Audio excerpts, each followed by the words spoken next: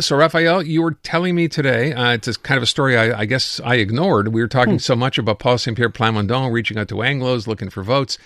Jean-François Roberge, the provincial minister today, I don't know how this came up. Here's what he said with respect to asylum seekers.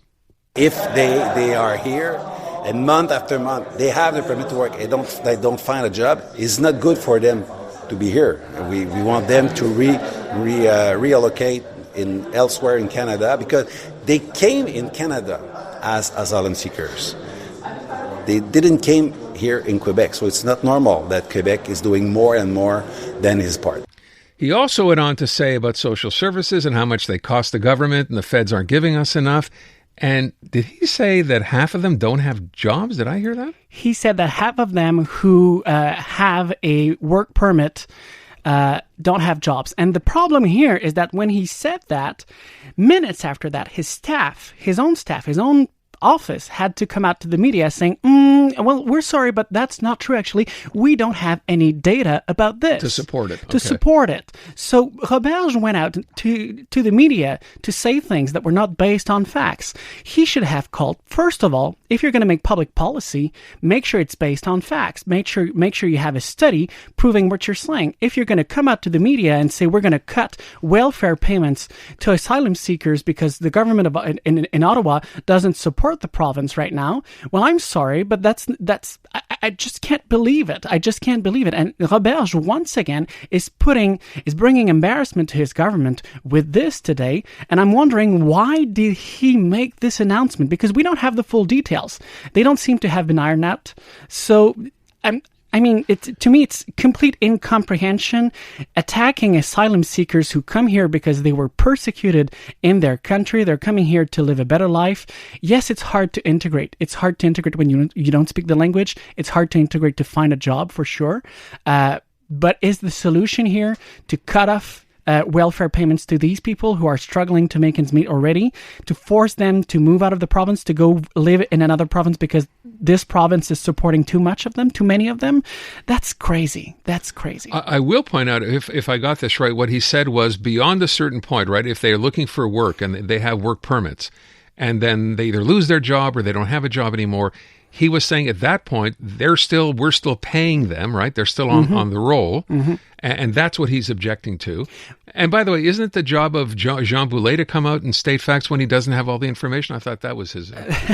Well, it's the job of any minister, and ministers should be ensuring the public that they're making public policy decisions based on facts. And here, obviously, we have a minister who doesn't know what he's talking about. He's pushing numbers that are not based on statistics, and to me, it's worrying to see that. And I'm just wondering, why today? Yeah. Is it just a strategy? Wait, are you really asking that question? When the government does this, why does it do it? That's where I was going. You saw me coming there. So to me, that's a distraction. Right. This government has been in the hot seat for the past 2 weeks because of what it's done with the doctors. Right. And they need to deflect the public's attention on something else. Legault tried earlier this week with his big announcement on economic policy. Didn't work out, was heavily criticized. Now let's try something else. Let's take Roberge out in the media. Let's make him talk about asylum seekers. So it's gonna generate controversy and people are gonna forget about everything else. It worked before.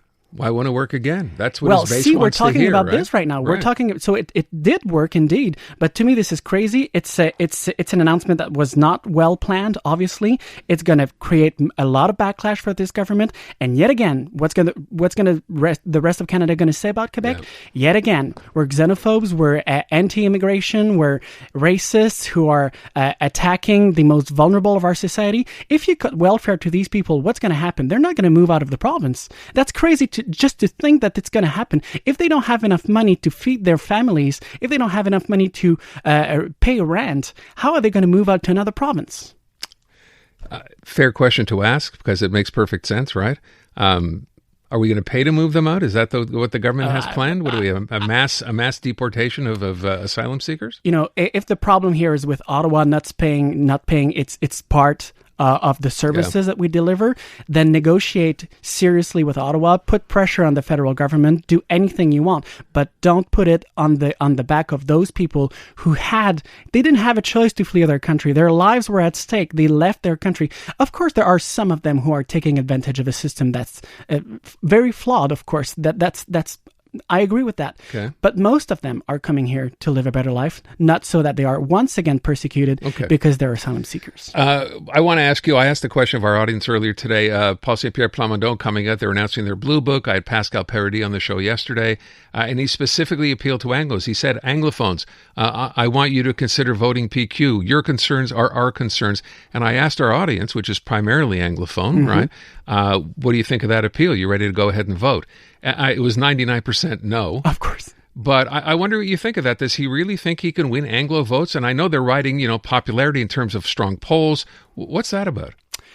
I think the message is mainly oriented towards Francophones. I think he wants to show that he can be the leader or the premier that's going to bring people together around the project of sovereignty, the project of Quebec independence.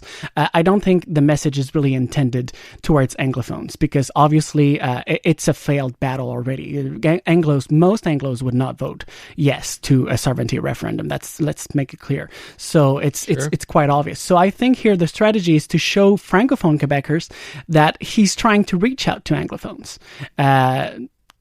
That's not going to work. I was going to say, does that work? And the answer is no. The answer is clearly no, and that's not going to make any difference in the polls. Sovereignty right now is around 35% within the majority of Quebecers.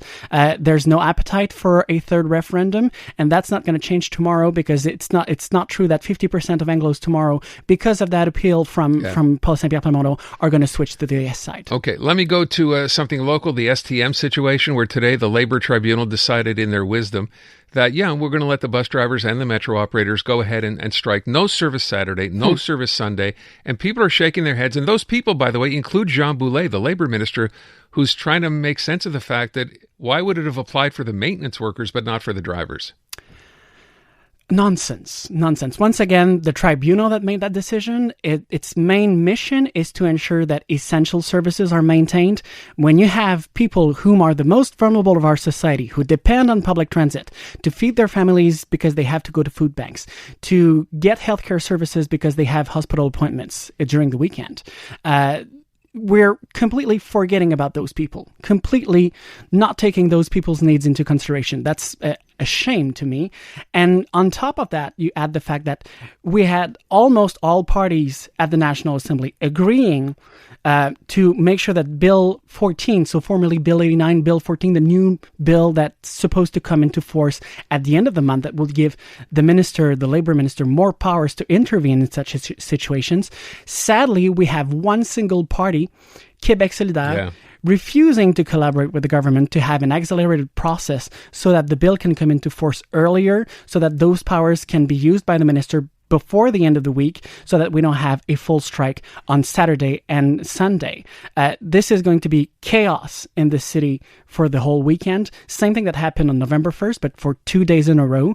It's unacceptable. It's once again taking hostage the most vulnerable of our society. And yet again, Québec solidaire, pretending to be the party of the most vulnerable, are turning their back to those people who trusted them in the last election, and they're siding this time with the unions. Why did François Legault, though, and I brought this up earlier when we were talking, I think with Jim Meny, they could have done the same thing, the CAQ, with this bill as they did with Bill 2, right? They have a majority. They could have simply gone ahead and rammed it through.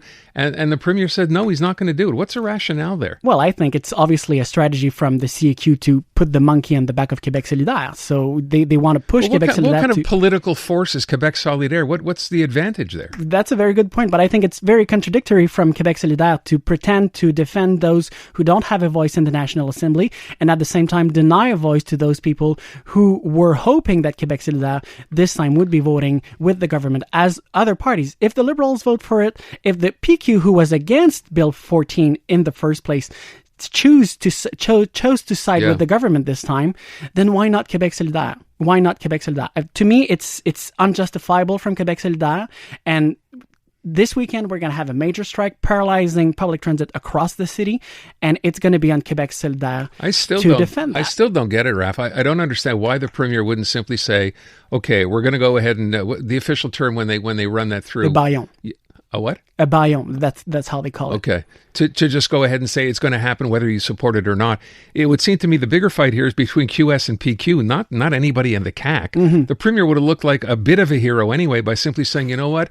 Even though QS doesn't want to do it, I'm going to make it happen. And he chose not to. I agree with you. They should have moved forward with any leverage they have. But at the same time, here we are clearly facing a political strategy from the CQ government to try and put it on the back of Québec solidaire, saying this strike is the fault of Québec solidaire because they didn't vote on our side. Yes, they could have used other leverage that they had. But at the same time, let's not forget that the government has been under fire for the past 2 weeks, specifically because they used that procedure for the doctor, the bill 2. And I think François Legault doesn't want to have yet again to be in the hot seat for that. He wants Québec solidaire to move and to backtrack on their position. I think he grossly miscalculated, but we leave it at that. Unmistakably Canadian. It's the music that raised you. The artists raising the bar. Hi, this is Bryan Adams. Hey, my name's Brett Emmons. I'm from the Glorious Sons. Hi, I'm Nelly Furtado. Made in Canada. The station that champions Canadian music. Loud, proud, and all yours. No passports required. Just press play. Tap into Made in Canada now on iHeartRadio.ca or the free iHeartRadio app.